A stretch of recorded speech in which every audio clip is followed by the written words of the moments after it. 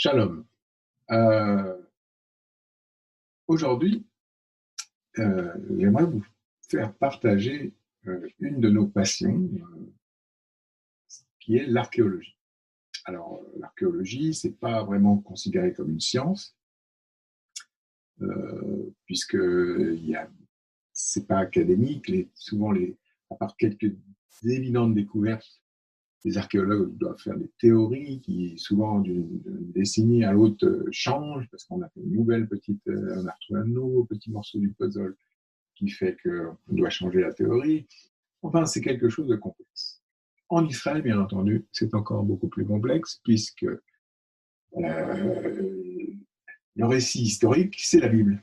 Donc la Bible, qui n'est pas un document universitaire, académique répertorié, qui ne peut pas être considéré comme tel.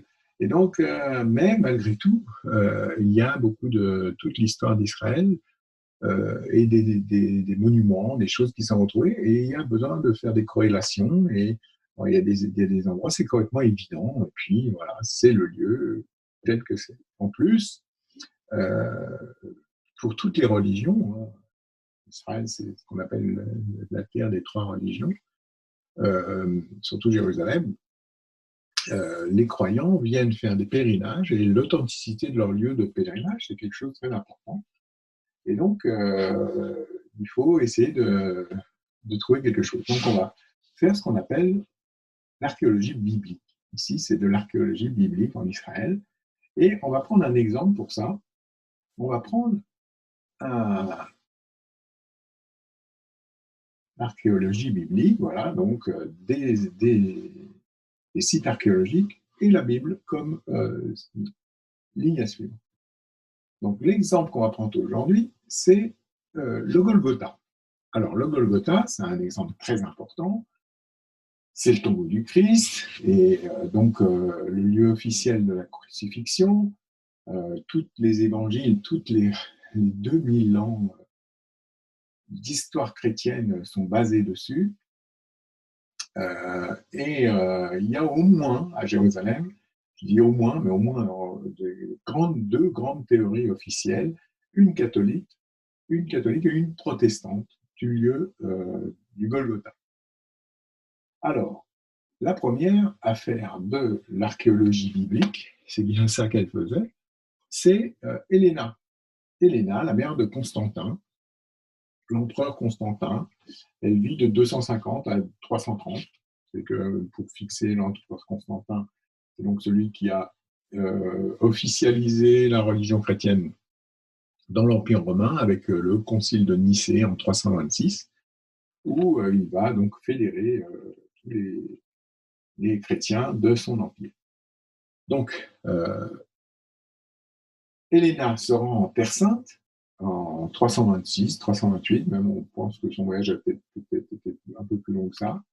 Un voyage qui est expliqué, soutenu par Eusèbe de Césarée, qui était donc l'archevêque de Césarée, la grande ville romaine de l'époque, au bord de mer, et un scientifique qui va faire beaucoup de travaux et qui va beaucoup conseiller Constantin et sa mère pendant le temps où elle est ici. Et c'est un pèlerinage qu'elle fait, mais c'est aussi quelque chose de politique. Constantin faisait beaucoup confiance à sa mère, et elle était carrément nommée Augusta, c'est-à-dire impératrice, et elle va aider aussi dans la politique de christianisation de Constantin. Constantin a décidé de prendre tout l'empire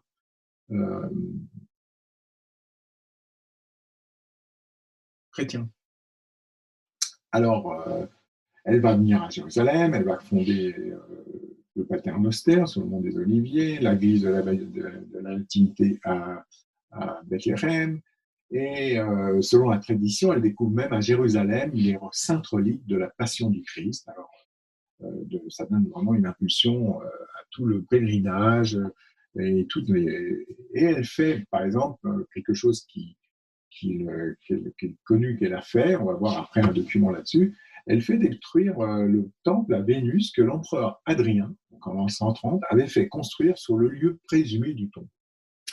La découverte la plus importante de ce qui l'a rendue Sainte Hélène, c'est l'invention de la vraie crin. de la vraie croix, on le voit sur ce document. Donc, et en plus, donc, les Byzantins, vous savez, c'était quand même d'origine païenne, hein, l'Empire romain avec tout le paganisme quand même. Ils étaient en train de devenir chrétiens, mais et ils avaient beaucoup de visions et de choses qui les accompagnaient pendant leur vie. On sait que par exemple, euh, Constantin lui-même va décider de vraiment prendre la décision de christianiser lors d'une bataille et où il voit un signe dans le ciel, il insigno conquer.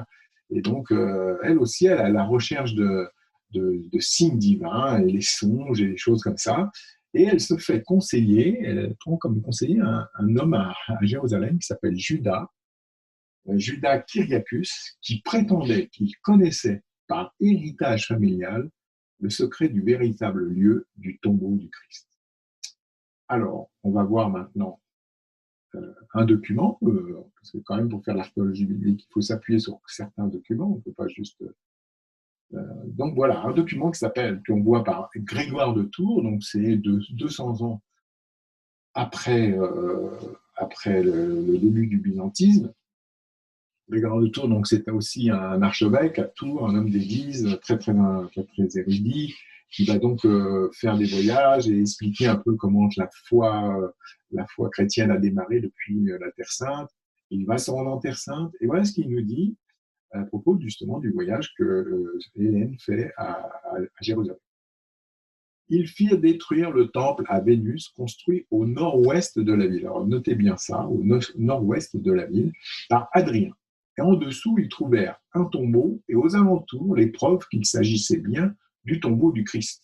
Le symbole de la croix, la branche d'hysope, la pancarte de Pilatus, tout cela par le zèle d'Héléna et d'un Hébreu nommé Judas, qui fut par la suite baptisé et renommé Kyriacus et devint évêque de Jérusalem. Alors ça, c'est Grégoire de Tours en 530. Dans un document, il y a un livre qu'il a écrit qui s'appelait Histoire des Francs. Donc un document assez important, hein, officiel. Donc voilà. Et donc on a bien noté là l'histoire du Nord-Ouest. Je vous laisse garder ça sous le coude là parce qu'on va y revenir dans pas longtemps. Alors maintenant, on voit que cette histoire de construire la tombe de Jésus pour les Byzantins qui sont en train d'officialiser la religion chrétienne, il faut absolument commencer par Jérusalem, puisque c'est là que tout s'est produit. Déjà, il y a eu la conquête de Jérusalem. Les Byzantins se vont l'Empire, ce qu'on appelle l'Empire de l'Est, euh, le morceau de l'Empire romain qui s'est installé à Byzance, va donc devenir puissant, vont s'installer dans la Terre Sainte, et donc il est très important pour Constantin de retrouver et de pouvoir s'installer là, avec des preuves.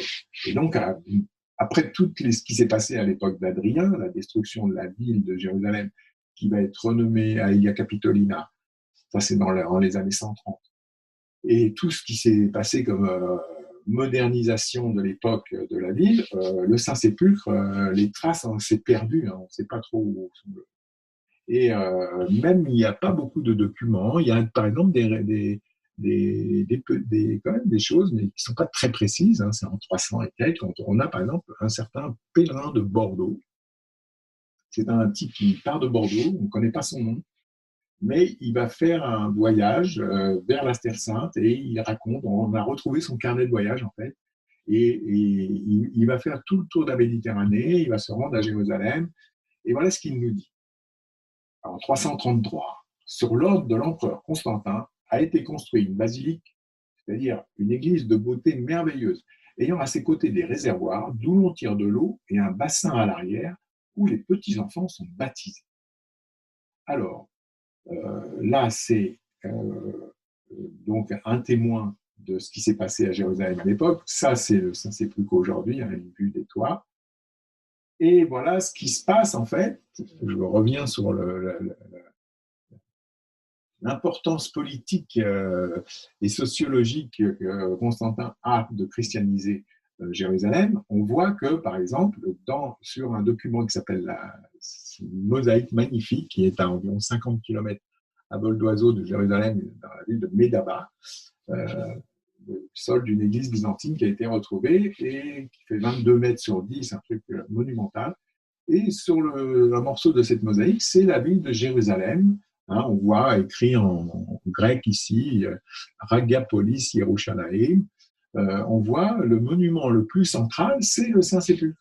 C'était très important pour Constantin que le Saint-Sépulcre soit à l'intérieur de la ville de Jérusalem et central. Donc c'est ce qu'on peut remarquer ici. Et on voit par exemple l'empereur Constantin qui ordonne en 325-326 que le site antique soit découvert. Vous débrouillez comme vous voulez, c'est moi le patron, vous découvrez le site et il peut alors confier à l'architecte Zénobie la construction d'un vaste complexe chrétien. La basilique d'origine, la basilique byzantine de l'époque, faisait 138 mètres de long et avait une largeur de 38 à 45 mètres de large. Et ce n'était pas quelque chose de... Plus la basilique va être détruite, la première va être détruite par les Parthes. Hein, c'est les ancêtres dans les Perses là-haut, c'est déjà les ennemis à l'époque du roi Hérode, les immortels, hein, avec des gens, avec les dieux anciens Mazda, et qui vont venir à Jérusalem en 618, faire leur razzia de Jérusalem, complètement tout casser, et ils vont casser la première basilique. La basilique va être reconstruite avec le venu des musulmans, avec même protectorat omeyyade, elle va être reconstruite et les Byzantins vont continuer leur activité de pèlerinage et tout ça sous protectorat omeyyade. Mais ça va être détruit une deuxième fois en 1005, cette fois par les Fatimides. Fatimides, c'est les Parthes qui deviennent chiites, en fait, qui deviennent musulmans chiites. Et la construction qu'on connaît aujourd'hui, celle qu'on voyait sous les toits tout à l'heure, là, c'est la construction croisée, hein, l'entrée, tout ce que voit les dômes, c'est la construction croisée qui n'a pas changé. C'est la troisième et dernière construction. Alors maintenant, on va regarder une autre chose. C'est un document qui nous fait revenir un petit peu à l'époque de la destruction du temple, c'est en 70, 250 ans avant les Byzantins, quand Titus et Vespasien viennent faire le siège de Jérusalem et détruire le temple. Donc c'est en l'an 70. Et on a cet historien juif qui s'appelle Flavius Joseph, son nom d'origine juive c'est Joseph Mattathiaou, qui a donc été témoin de la destruction du temple, hein, et qui va écrire des ouvrages historiques avec beaucoup de détails. C'est d'ailleurs même pratiquement les seuls documents qu'on peut avoir de l'époque, hein, pour le 1er siècle en Terre Sainte. Et donc, Titus va faire le récit de la prise de Jérusalem par Vespasien. Et il va donc montrer un endroit, quelque chose d'intéressant. Regardez ce qu'il y a à dire là. Titus décide de donner l'assaut par le nord-ouest, mais le nord-ouest, encore une fois, du côté du tombeau de Jean Hyrcanus, pour prendre position dans la ville haute, et descendre sur Antonia Forteresse. La Légion reçut l'ordre de bâtir des rampes de guerre. Flavius Joseph, chapitre 5, ligne 260. Donc, on retrouve là, avec cette histoire, on s'aperçoit que sur le nord-ouest de la ville, c'est là où il y a la porte de Jaffa et où il y a pas loin de là le Saint-Sépulcre aujourd'hui, il y avait une tombe énorme, une tombe royale, qui était la tombe de Yehohanan Hyrcanus, qui était donc un des premiers rois de la dynastie hachmonéenne, qui était quand même, pour le peuple juif, c'était quand même les Hachmonéens, c'était des gens qui avaient réussi à chasser les Grecs. Pourquoi il n'aurait pas eu un autre roi qui aurait pu chasser les Romains, vous voyez, donc il était très honoré, et ce tombeau, bien entendu, a été profané par Adrien. C'est qu'Adrien, quand il a repris la ville de Jérusalem, il y en a assez de ces Juifs avec toutes leurs révoltes. Et il a complètement cassé la ville, il en a fait une ville romaine, il l'a rebaptisée, et il a même détruit tout ce qui avait de l'intérêt pour les Juifs, tout ce qui avait le souvenir de l'histoire juive, et il avait remplacé les temples païens, les temples, ces lieux juifs de l'histoire juive, par des temples païens, et dans d'autres chroniques, on peut penser que le tombeau d'Hyrcanus avait été recouvert par un temple à Vénus. Alors, c'est certainement ce temple à Vénus que Helena a trouvé, puisque en tout cas, on ne trouve pas dans le secteur de nord-ouest de la ville un temple royal dans cet endroit. On ne trouve que le Saint-Sépulcre, une grosse structure ancienne. Et donc, c'est quelque chose qu'il faut se poser comme question, parce que Yehuda Hyrcanus Kyrianus savait bien, parce que ça faisait quand même que 200 ans que ça s'était passé, qu'il y avait eu ici sous ce temple à Vénus, que c'était plutôt le tombeau de Jean Hyrcane que la tombe de Jésus, lui, Kyriacus, qui savait par héritage familial que le lieu exact du tombeau de Jésus. Alors, est-ce que ce Judas Kyriacus a-t-il été divinement utilisé, volontairement ou non, pour épargner la profanation et la pureté du véritable lieu? C'est une question ouverte, mais c'est pas inutile de se la poser. D'accord? Donc voilà. En tout cas, on va continuer. Maintenant, il se passe plusieurs siècles, 16 siècles exactement, et puis il y a eu l'Empire ottoman, puis 1500, et puis là maintenant, c'est l'arrivée du monde de l'Ouest avec les sciences, l'arrivée de l'Empire britannique, de tous ces gens qui vont commencer à s'intéresser au Moyen-Orient aussi pour des raisons politiques. Il y a même le pétrole qui intéresse. Hein. On voit que l'Irak et tout sont créés par les Anglais. Toutes les choses, c'est la Première Guerre mondiale qui se prépare. Et donc, en tout cas, on voit arriver des gens il y a même des véritables archéologues, puisque l'archéologie démarre à la fin du 19e siècle. Il y a Shoemaker, des gens comme ça qui viennent. Et puis à Jérusalem, il y a des gens qui font aussi de l'archéologie par plaisir.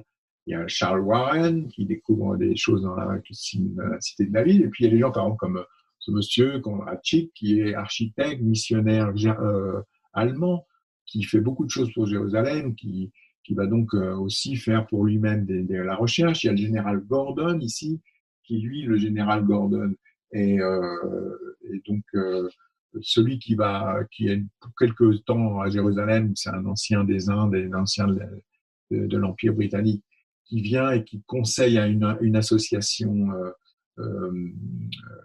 anglaise d'acheter le jardin, qui est aujourd'hui le jardin de la tombe, le Garden Tomb. Des gens comme Kander, qui est un amateur d'art, un type qui achète des choses, qui collectionne. Et donc, tous ces gens étudient et trouvent des choses à Jérusalem qui n'avaient pratiquement jamais été explorées. Il y a même une fondation qui s'appelle le Palestinian Exploration Fund, qui est donc faite justement pour refaire les cartes de géographie du Moyen-Orient et de la Terre. Donc voilà. Ça, c'est donc ce qu'on trouve ici, c'est ce qu'on voit là, ce jardin, c'est ce qu'on voit quand on vient voir au Garden Tomb aujourd'hui. Donc c'est quelque chose de très joli, l'endroit est merveilleux, très bien aménagé par la mission anglaise. Il y a une très belle présentation c'est exactement comme dans les évangiles, un jardin, une tombe, des réservoirs d'eau. Mais bon, il y a plein de choses qui montrent que c'est pas le lieu exact, mais en tout cas, c'est ce qu'on peut s'imaginer. Et voilà ce que disent par exemple les archéologues des universités de Jérusalem ou de Tel Aviv, Bar-Ilan, Tel Aviv. Et il y a par exemple le professeur Gabriel Barkay, qui est un spécialiste des tombeaux et tout pour la région, hein, et qui lui dit La tombe est beaucoup plus ancienne que celle de l'époque de Jésus. C'est une tombe typiquement de l'époque du 7 ou 8e siècle avant, hein, BC, qui nous montre vraiment la période du premier temple. Comme il y en a beaucoup autour, hein, au nord de la vieille ville, il y a une nécropole de tombes qui sont similaires ou datant de la même époque. De l'époque, donc, premier temple, c'est avant l'exil de Babylone. Et donc, c'est comme il y a beaucoup de ces tombes autour et dans les fondations de la basilique Saint-Stéphane, Saint-Étienne, qui est tout à côté du jardin de les citernes ont été construites et creusées par les croisés. On le voit, ça c'est toujours Gabriel Marca qui parle, hein, et on le voit à la nature du plâtre et à la façon dont ça a été creusé et étayé. Donc c'est pas du tout de l'époque. Et on va donc être obligé de dire que ce tombeau ressemble exactement à ce qu'on peut imaginer dans les évangiles, mais que archéologiquement parlant, on ne peut pas dire c'est l'endroit. Alors, c'est souvent comme ça pour les lieux de pèlerinage. Ça reste quelque chose de très important pour les croyants. Hein. Ce jardin, comme je le disais, c'est quelque chose qui est surtout depuis les 20 ou 30 dernières années, magnifiquement aménagé. Il est visité par des milliers de gens et c'est ce que, par exemple, même des rabbins du Moyen-Âge qui se sont penchés sur les problèmes, sur ces histoires de lieux de pèlerinage. Est-ce que c'est bien là, est-ce que c'est pas là? En Pramban, en plein de croisades, hein, il habitait à Jérusalem, s'était penché sur le problème de la tombe du roi David ou la tombe de Rachel, qui, même bibliquement, c'est pratiquement sûr que c'est pas là. Mais par contre, ça fait des millions de gens qui viennent se concentrer là et puis de faire des prières à cet endroit. Et c'est le lieu où on peut dire que c'est le lieu. Mais bon, encore une fois, on est en train de faire de l'archéologie et on ne peut pas, on doit rester académique. D'accord ? Alors, donc, on va continuer notre recherche et nous, par exemple, on va faire de l'archéologie biblique à travers les textes cette fois.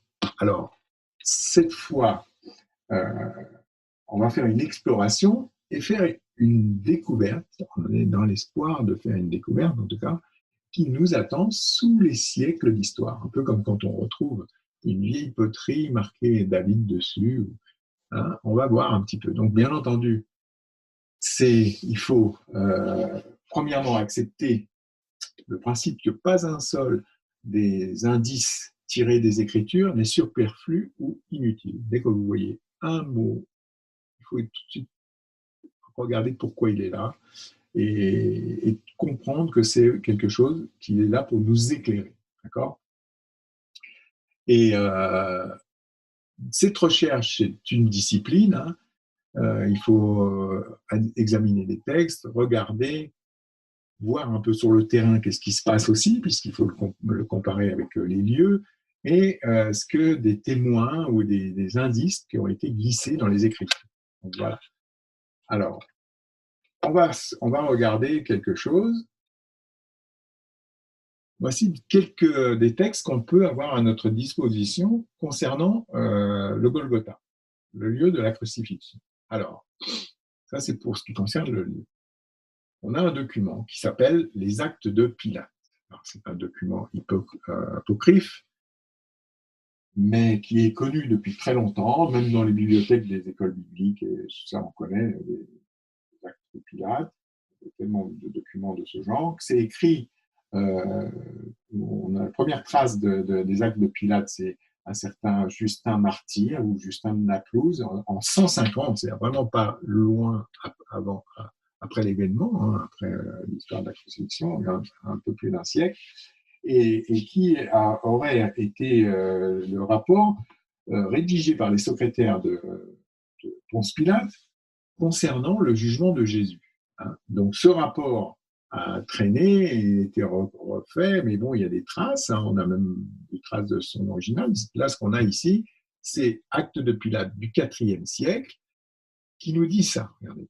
Pilate fit tirer le rideau de la tribune où il siégeait. Et il dit à Jésus, la nation a démenti que tu fusses roi. Voici ma sentence. Tu seras d'abord flagellé, selon la coutume de nos pieux empereurs, ensuite cloué en croix dans le jardin où l'on t'a arrêté. 2 malfaiteurs, Dismas et Gestas, seront crucifiés avec toi. Alors là, c'est quelque chose quand même de costaud, puisque on voit que Pilate dit dans le jardin où l'on t'a arrêté. Alors où est-ce que c'est? Quel est le jardin où on a arrêté Jésus? C'est Gethsémanée, sur le mont des Oliviers, à l'extérieur de la ville de l'époque, hein, et de la ville d'aujourd'hui. Donc, une indication très intéressante. Et on va voir que ce n'est pas fini. Maintenant, on va prendre un deuxième document. On va prendre un verset des évangiles, évangile de Jean 19-30, où donc c'est le récit de la crucifixion, les derniers versets concernant la crucifixion. Quand Jésus eut pris le vinaigre, il dit « Tout est accompli » et baissant la tête, il rendit l'esprit. Alors le mot qui est donné pour tout est accompli, hein, dans les traductions, par exemple, dans les textes en araméen ou en hébreu, le mot tout est accompli, c'est nishlam. Vous pouvez imaginer, Yeshua sur la croix qui dit à kol nishlam. Et donc, on va marcher maintenant par une technique d'étude des textes hébraïques qui s'appelle le remez, c'est-à-dire que quand vous étudiez un texte, il y a plusieurs niveaux de révélation. Il y a le niveau qu'est-ce que le texte vous dit, et il y a le second niveau qui est le remez, qui est qu'est-ce que ça te rappelle. Remez, ça veut dire que ça te rappelle quelque chose. Alors, Mishlam, ça rappelle, bien entendu, les sacrifices, puisque là, il s'agit vraiment d'un sacrifice que Jésus est en train de faire. Et on va voir maintenant en détail qu'est-ce que ça peut nous donner comme information. Et on va faire un petit peu, pas des maths, hein, ne vous inquiétez pas, mais on va essayer de faire un recoupement, théorie des ensembles, A, intersection B, qu'est-ce que ça nous donne? Acte de Pilate avec l'information de Jean 1930, qu'est-ce que ça nous donne comme piste nouvelle? Alors, ce qu'on sait, c'est que toutes les paroles comme tout est accompli, et ça nous rappelle les histoires du sacrifice de Jésus, et sachant que le sacrifice, pour que Yeshua lui-même dise tout est accompli, ça veut dire qu'il a accompli toutes les prophéties et tous les sacrifices à la fois pour pouvoir faire l'œuvre de rédemption. Pas n'importe quoi. Tout devait être accompli au calvaire de la croix pour pouvoir faire la rédemption de l'humanité. Tout devait être parfaitement fait. Pour qu'il le dise, c'est que tout est accompli. Les prophéties et les sacrifices. Alors maintenant, on va regarder en détail encore cette histoire-là, c'est que le mot nishlam, il nous rappelle donc un des sacrifices. Il y avait en fait 5 sacrifices, 5 sortes de sacrifices qui sont répertoriés dans le livre de Lévitique principalement. Alors, le mot sacrifice est une très très pauvre traduction du concept de ce qu'on appelle les corbanotes en hébreu. Hein. Les corbanotes, ça vient du mot rapproche, ça veut dire rapprochement. Karov, c'est proche. Korban, c'est un rapprochement, les corbanotes. Et donc, dans le livre de Lévitique, dans d'autres passages de la Bible, dans le livre de Lévitique, on voit rassembler les 5 sortes de sacrifices possibles. On a donc dans Lévitique 1:31 le Hola, hein, le Hola, c'est donc matin et soir, le manio, c'est un sacrifice perpétuel. Hein. Après, on avait le Mincha, donc ça c'est dans Lévitique 2:1, hein, c'est le sacrifice de semoule, quelquefois on voit le mot semoule, et on a donc ça c'est dans Lévitique 2:1, et on a Shlamim, on revient tout de suite dessus, dans Lévitique 3:1, qui était l'offrande de paix. Après, on a Ratat, qui était donc l'offrande expiatoire dans Lévitique 4.3, et Hacham, l'offrande pour le délit, Lévitique 5.6. Bon. Donc, je vous rappelle, regardez, la similitude entre Nishlam, les lettres, Nun, Shin, Lamed Mem, et Shlamim, Shin, Lamed Mem, Yud Mem. Donc, vous voyez, il y a le mot, on va le voir plus clairement, il y a le mot Shalom dedans, Shalem, et toutes les dérivaisons, des déclinaisons du mot Shalom. Alors, excusez-moi, je reviens sur, pour bien éclairer, qu'est-ce que c'est que le Shlamim.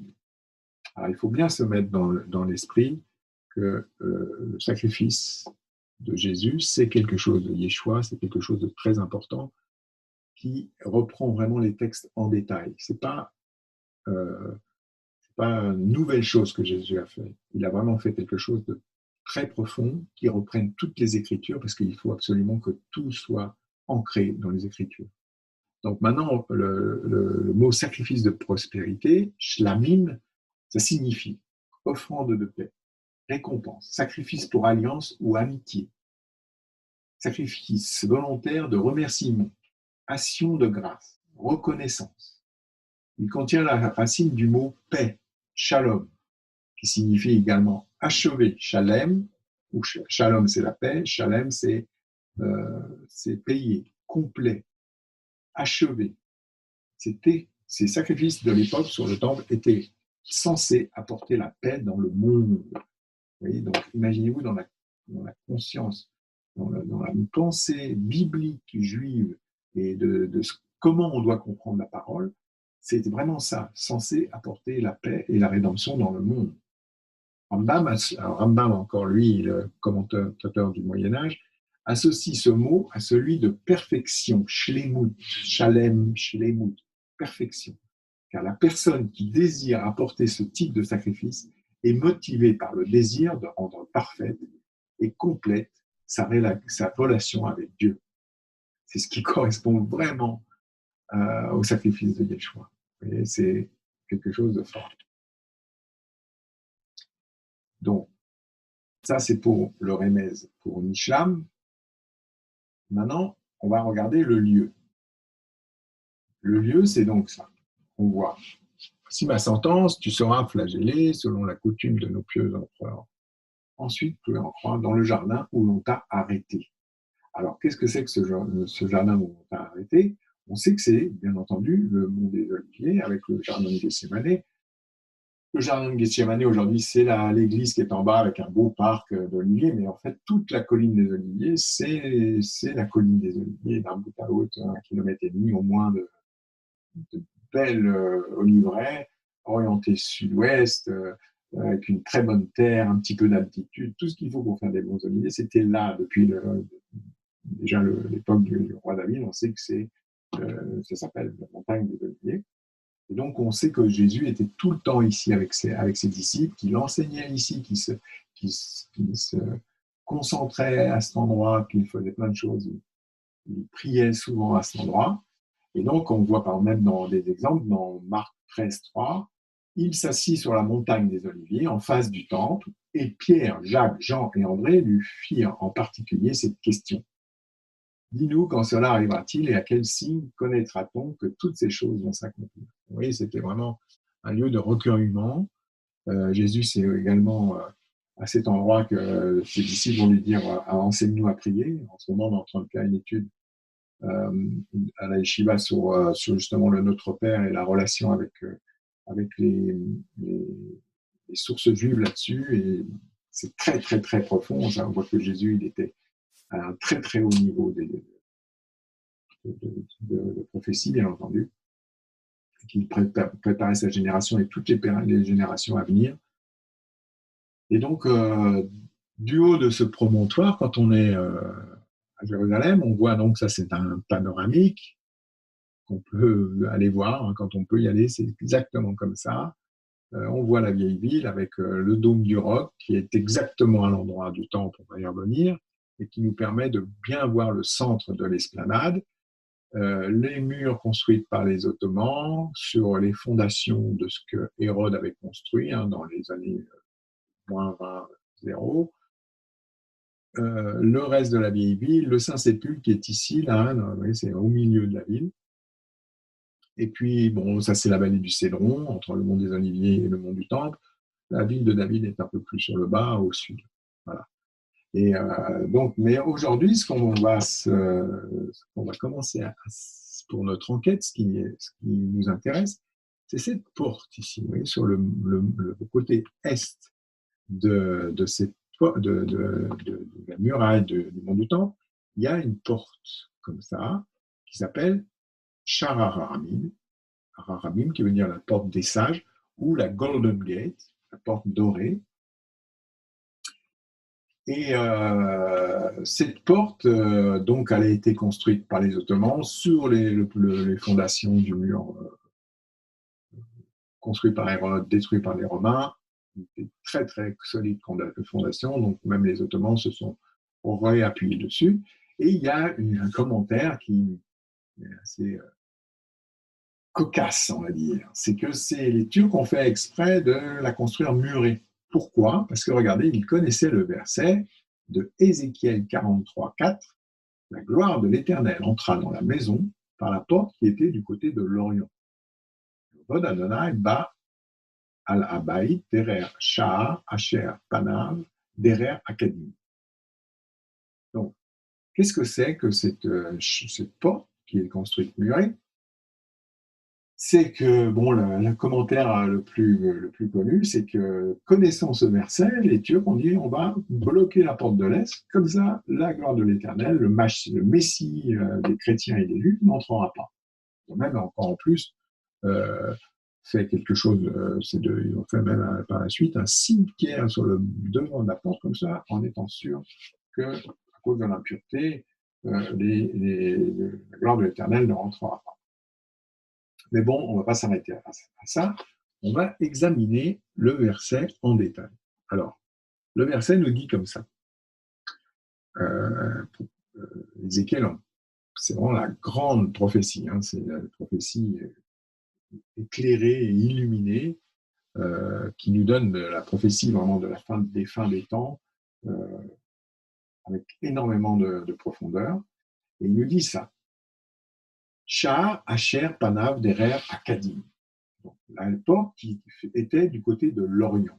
En fait, c'est le mot Kedem, la Kadim Kedem, c'est beaucoup plus profond que ça. Kedem, c'est un peu comme quand on dit l'Orient, c'est pour ça que c'est traduit l'Orient dans la traduction en français. L'Orient, quand on veut dire l'Est d'une manière bien, on dit que d'une manière ancienne, on dit l'Orient. Les croisés disaient le Levant. Ici, Kedem en hébreu, ça veut dire les origines. Alors, si on voulait traduire mot par mot, plus littéralement, cette expression Sha'ar Asher Panav Derer Akadim, on dirait la porte qui fait face au chemin des origines. Parce que ça indique plus la situation spirituelle de cette porte plutôt que sa position. C'est quelque chose de plus important. On te parle des origines. C'est là qu'elle doit être d'après les origines. D'accord ? Donc, on va voir maintenant un autre information, c'est que regardez, on va passer sur le plan pour vraiment régler l'histoire de cette porte dorée. C'est que regardez, elle est là, la porte dorée, dans le rond, et elle est alignée. Donc, la gloire de l'Éternel est censée rentrer d'est en ouest, puisqu'elle vient de l'est. Elle rentre dans l'est et elle va se rendre au Saint-Sépulcre. En fait, les Turcs, pour eux, à leur époque, en 1500 et quelques, le Messie chrétien, parce que là, il ne parlait même plus des Juifs à l'époque, c'est Turc, le Messie chrétien allait rentrer et se rendre dans le temple, qui était le Saint-Sépulcre.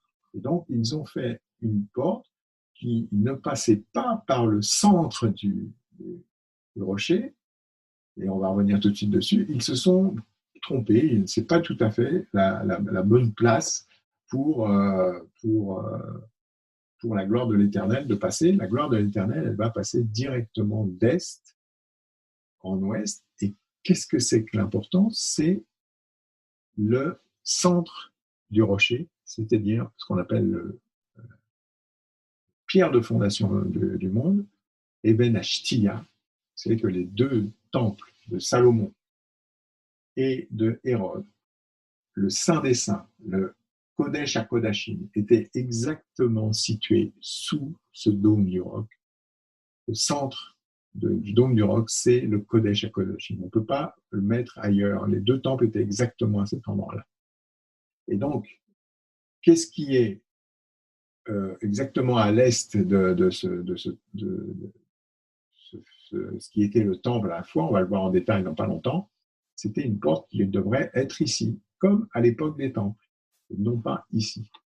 Pourquoi c'est important ce rocher? C'est que c'est la pierre de fondation du monde, c'est l'endroit où la ligature d'Israël a eu lieu, c'est l'endroit que Dieu a montré à Abraham pour lui dire « Amakom Asher, Renecha », le lieu que je te montrerai.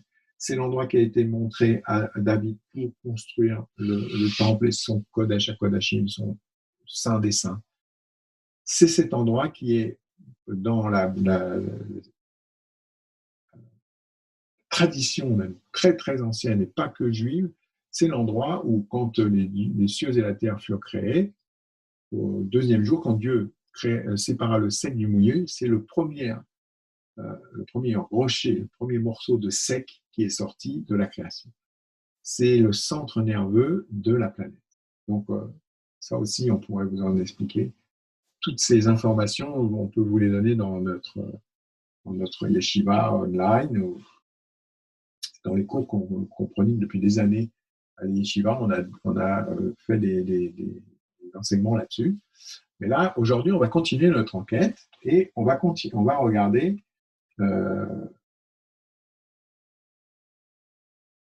un plan. Là, c'est une maquette qui est au musée d'Israël, qui nous donne une idée de comment pouvait être le temple. Hein. On va commencer à regarder des documents juifs du judaïsme qui, par exemple, le Talmud, il y a un traité qui s'appelle le traité Midot, qui veut dire les dimensions, qui nous dit comme ça. Il y avait 5 portes au temple, sur le mont du temple, les 2 portes de Roulda. Alors, les 2 portes de Roulda, c'est celle qui est au sud, hein, avec les grands escaliers, pour ceux qui connaissent Jérusalem. Il y a les grands escaliers au sud. Il y a des portes, une à 3. À l'époque, il y avait 3 arches, une à 2 arches. C'était une des entrées principales du public hein, pour entrer sur le temple. Après, il y avait la porte de Kipponous sur l'ouest, qui était donc, ça c'est l'ouest, en dessous, là, c'est à peu près à l'endroit où il y a aujourd'hui le mur de lamentation, le Kotel Amaharavi. Il y avait une porte qui s'appelait la porte Kipponous, qui était une porte d'entrée aussi du public. Et puis, il y avait la porte Tadi au nord, qui n'était pas très employée, peut-être par les soldats ou les gardes qui sortaient d'Antonia. C'était donc ça, c'est la forteresse Antonia, la porte Tadi au nord. Et puis, il y avait une porte sur l'est qui était sur lequel on voyait alors ça c'est le Talmud qui nous donne ces informations à l'époque, on va juste les lire, qu'il y avait la représentation du palace de Shushan hein, en Babylone, qui nous expliquait des choses de ce qui restait à Babylone. Et alors maintenant écoutez, c'était par cette porte que les grands prêtres sortaient pour faire le sacrifice de la vache rousse. Et quand ils sortaient avec la vache et ils allaient jusqu'au mont des Oliviers en sortant par cette porte. Alors là, on vient de sortir une information très importante. Vous allez voir, c'est très fort, mais on va encore étayer cette histoire par 2-3 infos avant de fouiller ce sacrifice de la vache rousse. D'accord ? Parce que là, ça nous concerne, pour tous ceux qui attendent la rédemption, il faut qu'on sache qu'est-ce que c'est que ce mystère. Alors, dans d'autres passages du Tanakh, on voit que, le Tanakh c'est la Bible en hébreu, on voit par exemple Néhémie qui nous dit que cette porte s'appelait la porte de Mifkad. Mifkad, ça veut dire le recensement. Alors, Néhémie 3.31. À l'époque où Néhémie reconstruit les murailles, quand il rentre de Babylone, il va prendre les familles de Juifs qui vont prendre chacun une portion et reconstruire et la muraille et les portes et la truelle d'une main et l'épée de l'autre. Et voilà. Néhémie 3.31. Après lui, Malkija, d'entre les orfèvres, travailla jusqu'aux maisons des Nétiniens et des marchands, vis-à-vis de la porte de Mifkad. Donc, cette porte, à l'époque de Néhémie, s'appelait la porte Mifkad, la porte du recensement.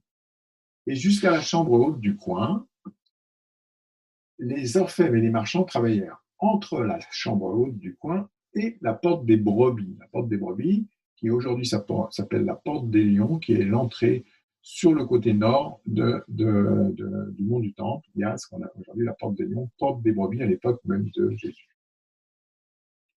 Alors, maintenant, on continue notre investigation. Mifkad. Mifkad est le nom du troisième autel des sacrifices du Temple. Un hôtel à l'extérieur, l'hôtel des parfums.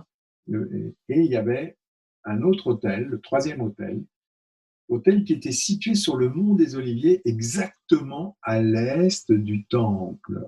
Exactement à l'est. On va voir pourquoi. Et de l'autre côté de la vallée du Cédron, c'est celui où les sacrifices spéciaux de rémission des péchés étaient consumés jusqu'à la cendre. Et c'est sur cet autel que le plus important des sacrifices, de tous les sacrifices du péché au regard des autorités juives, était consumé jusqu'à la cendre. Ce sacrifice est celui de la vache rousse. Para Adouma. Alors, il faut qu'on se concentre maintenant parce que c'est quelque chose de très puissant. La vache rousse est un mystère. Le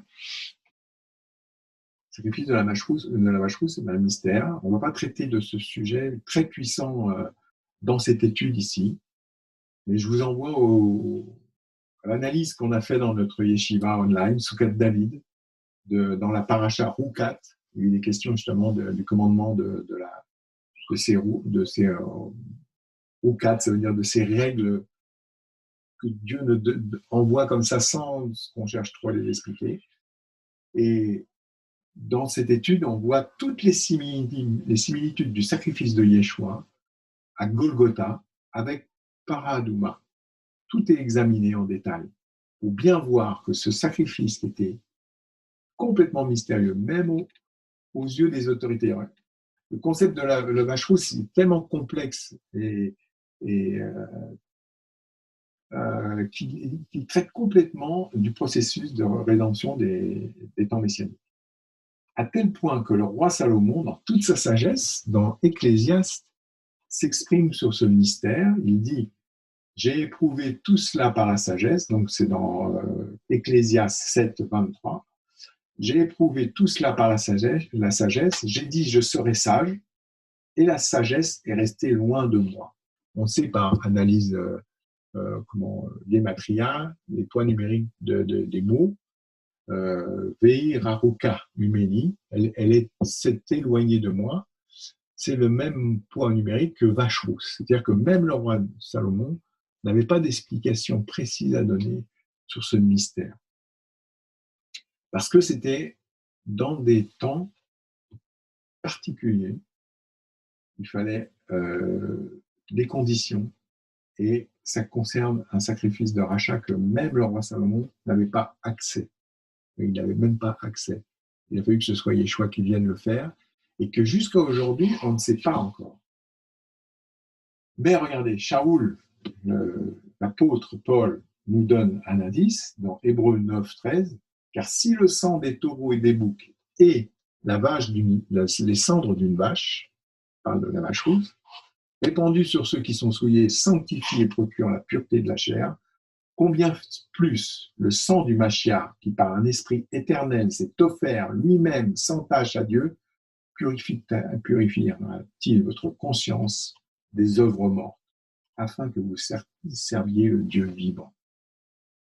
Il s'agit ici d'un quelque chose de très très fort, c'est comment il peut y avoir transfert de l'iniquité et du péché sur une personne pure pour que cette personne devienne impure et vous purifie. C'est exactement ce que le Cohen, dans la description, dans le reste de la description du sacrifice de la vache rousse, les cendres de la vache rousse étaient brûlées avec une branche d'hysope, avec de l'écarlate. Tout ça, je vous dis, c'est développé dans notre étude. Et la vache était complètement brûlée, extérieure du camp. Encore une fois, dans Hébreux 13, Paul vous dit, et c'est pour cela que Yeshua aussi, afin de sanctifier le peuple par son propre sang, a souffert hors de la porte. Donc la vache était entièrement calcinée, les cendres étaient pilées, elles étaient conservées. Jusqu'à aujourd'hui, il y a eu 9 officiellement dans le temple, en tant que vaches rousses, 9 ont été brûlées, et la première dans le désert avec Éléazar, et les 8 jusqu'à la destruction du second temple. Et avec ces cendres, elles étaient conservées, il y en avait un tiers qui était conservé sur le mont des Oliviers, elles servaient à la purification des prêtres et des gens qui avaient des situations d'impureté rituelle, et le prêtre qui préparait la vache devenait impur. Mais par contre, au moment où il purifiait l'autre personne, il y avait un transfert. Donc tout ça, c'est des mystères. Mais ça nous concerne encore aujourd'hui. Et on va continuer notre étude et on va voir que c'est vraiment ce que le Seigneur Yeshua a fait pour nous. Donc regardez maintenant. On va se trouver à un endroit qui s'appelle Dominus Flavit. Alors, regardez, cet endroit est, là on a la carte de la ville, la vieille ville. On a le vallée du Cédron, donc le mont du Temple, le mont des Oliviers, entre les deux une vallée assez profonde. Et exactement à l'est de l'entrée du temple, on a une église, regardez comme c'est précis, on a une église qui s'appelle Dominus Flavit. Exactement, là c'est sur l'autel qui est tourné vers l'ouest. En plus, cette église, les gens qui ont construit cette église avaient des connaissances un peu quand même de la parole, ils savaient pourquoi il l'a construit là. Les jésuites qui savent beaucoup de choses. On l'a construit exactement à l'est, à la même altitude, parce que imaginez-vous qu'à l'époque du temple, à la place du dôme doré, il y avait le temple et c'était l'ouverture du temple. Donc c'est qu'on appelle Dominus Flavit. Ce lieu, ça veut dire le Seigneur pleura. Mais on va continuer, on va voir cette église de l'extérieur tout à l'heure. Et remarquez bien que c'est exactement à l'est de l'ouverture du temple. Et on va lire maintenant les versets. Alors, dans Nombre 19.3, il y a l'explication donc c'est la paracha Rukat, du sacrifice de la vache rousse. Alors, vous la remettrez au sacrificateur Éléazar, fils d'Aaron, qui la fera sortir du camp, et on l'égorgera devant lui. Le sacrificateur Éléazar prendra du sang de la vache avec le doigt, et il en fera 7 fois l'aspersion sur le devant de la tente d'assignation. Vous voyez, c'était à l'époque du Mishkan, c'était dans le désert. Il sortira et il en fera 7 fois l'aspersion sur le devant de la tente d'assignation. Maintenant, le Talmud vient à notre aide pour nous expliquer ce passage. Donc, on a dans le Talmud Midot, dans le traité Midot, encore une fois, Midot, des dimensions et des orientations. Et dans Yoma, on retrouve le même passage, qui nous donne ce commentaire. Vous remettrez la jeune vache au prêtre Éléazar, qui la fera sortir du camp, et on l'égorgera devant lui. Parenthèse dans le Talmud. Devant lui. Qui? La présence de l'Éternel. Cela doit se passer à l'est de l'entrée du temple, du Mishkan, pour que Hachem, figurativement assis sur son trône dans le Kodesh HaKodashim, puisse voir les actions de son peuple. Wow. Vous voyez, la vache rousse était sacrifiée en face, à l'extérieur du camp, exactement à l'altitude, pour que, même si le voile était fermé, Hachem, figurativement assis sur son trône, voit les actions de son peuple. On a encore d'autres infos à ce sujet, pour encore étayer tout ça. C'est encore dans le traité Midot. Tous les murs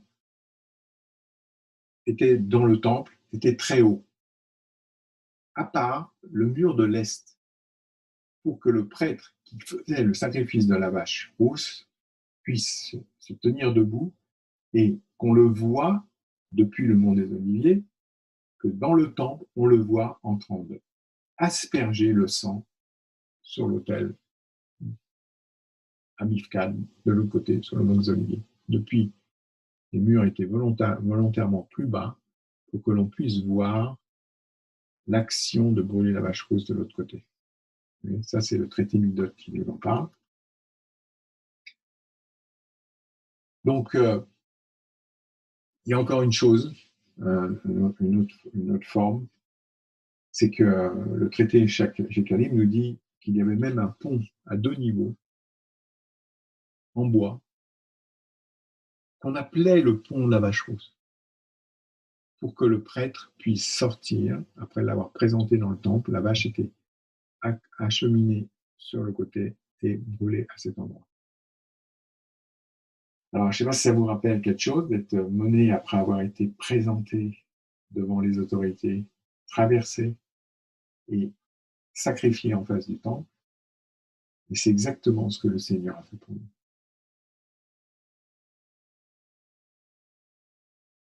Moi, personnellement, à chaque fois que je me suis rendu à cet endroit, avant même de comprendre, d'avoir fait cette recherche, je voyais qu'il y avait quelque chose. Je savais qu'il y avait quelque chose à cet endroit. Je me rendais compte qu'il y avait les choses me montraient qu'il y avait quelque chose à regarder à cet endroit. Et c'est certainement cet endroit que le Seigneur, c'est pas lui qui l'a choisi, c'était comme ça. C'était de toute éternité, c'était là que ça devait se faire. Alors on va continuer encore. Je vais répéter le verset de Paul encore. Et c'est pour cela que Yeshua aussi, afin de sanctifier le peuple par son propre sang, a souffert hors de la porte. Maintenant, on va regarder encore une chose qui va encore plus nous conforter dans notre enquête. On va regarder le mot Golgotha. Alors, pour regarder ça, on va regarder dans le livre des noms, le plus ancien recensement de l'histoire biblique. Donc la porte Mifkad veut dire recensement. Et regardez le verset. Faites le recensement, faites le dénombrement de toute l'assemblée des enfants d'Israël selon leur famille, selon les maisons de leur père, en comptant par tête les noms de tous les mâles, depuis l'âge de 20 ans et au-dessus.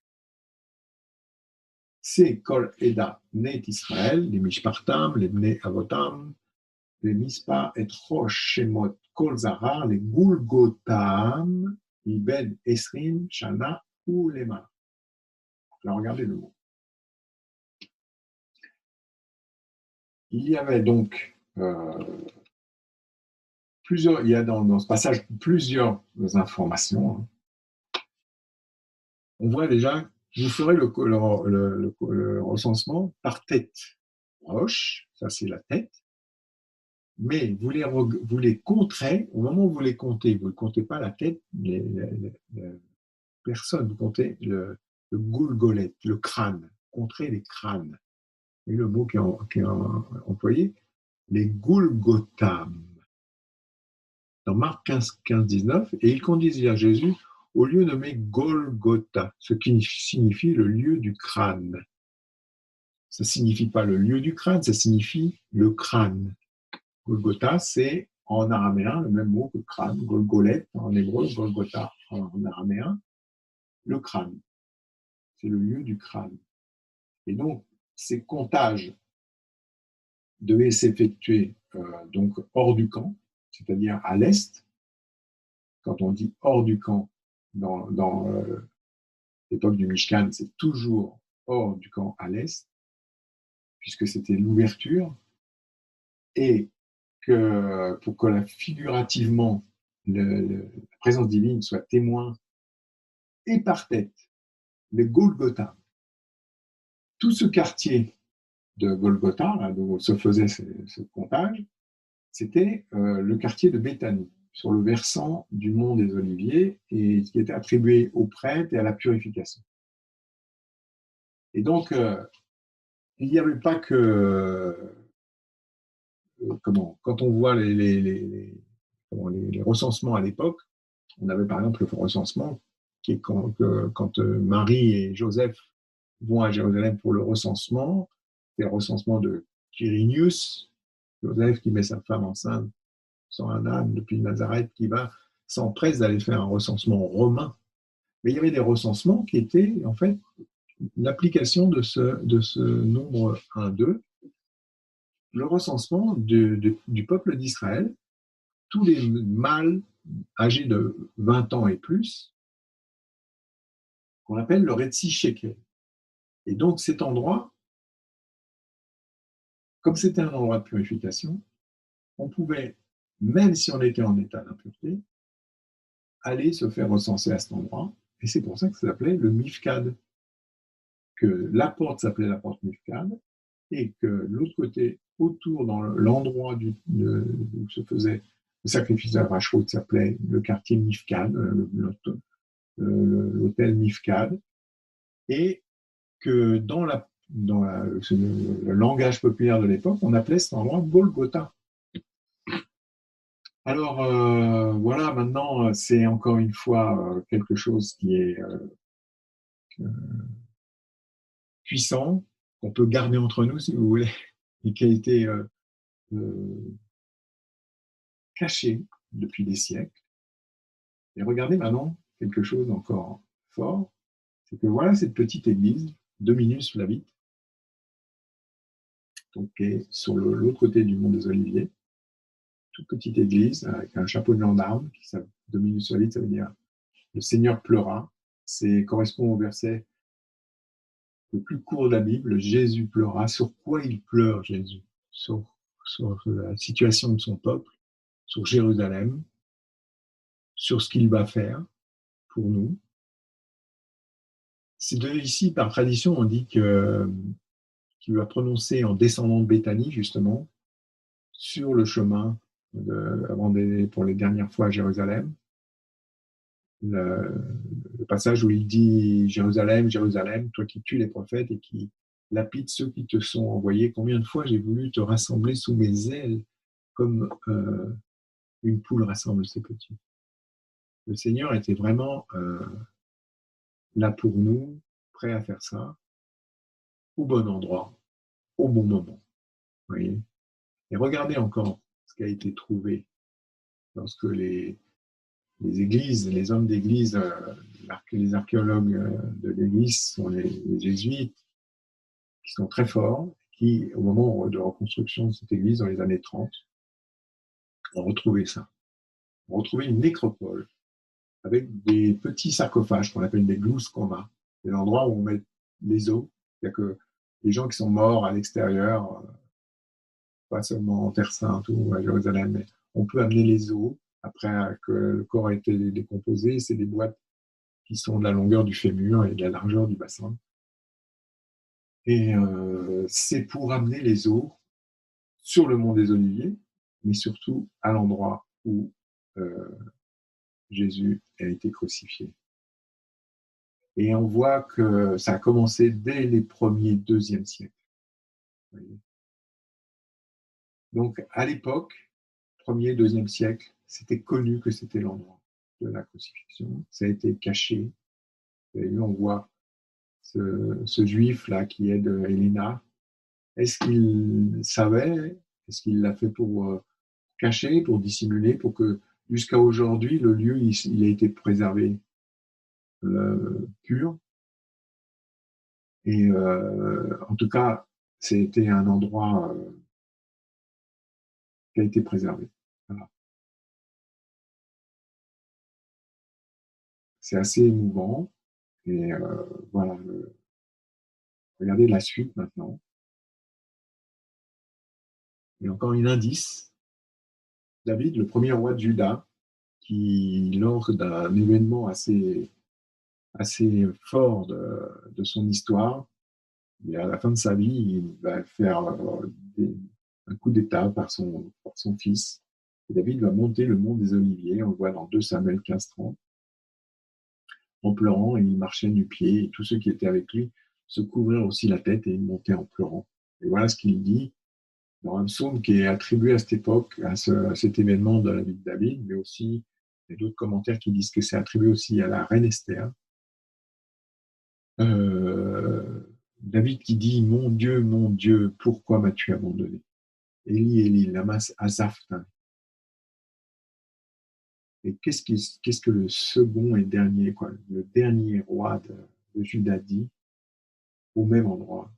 Yeshua, il nous dit, et à la 9e heure, Jésus s'écria d'une voix forte, Eloi, Eloi, lama sabachthani, ce qui signifie mon Dieu, pourquoi m'as-tu abandonné? Tout ça, ça se passe exactement à l'est du temple.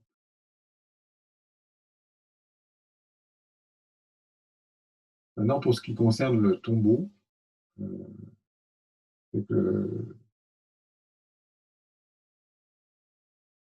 le cimetière des Oliviers, c'est le plus grand cimetière de juifs du monde, hein, et pourquoi pas le tombeau est quelque part par là. Ça peut être une autre supposition à faire avec toute notre recherche là, ce qui serait pas impossible, que le frère soit enterré avec ses frères, que le roi soit enterré avec son peuple. C'est pas impossible du tout. En tout cas, comme pour le tombeau de Moshe, Moïse, on ne sait pas où c'est, peut-être pour éviter des débordements, mais la chose la plus importante pour la foi chrétienne, c'est que le tombeau soit vide. Amen, amen et amen. Je vous remercie de votre attention et shalom à tous.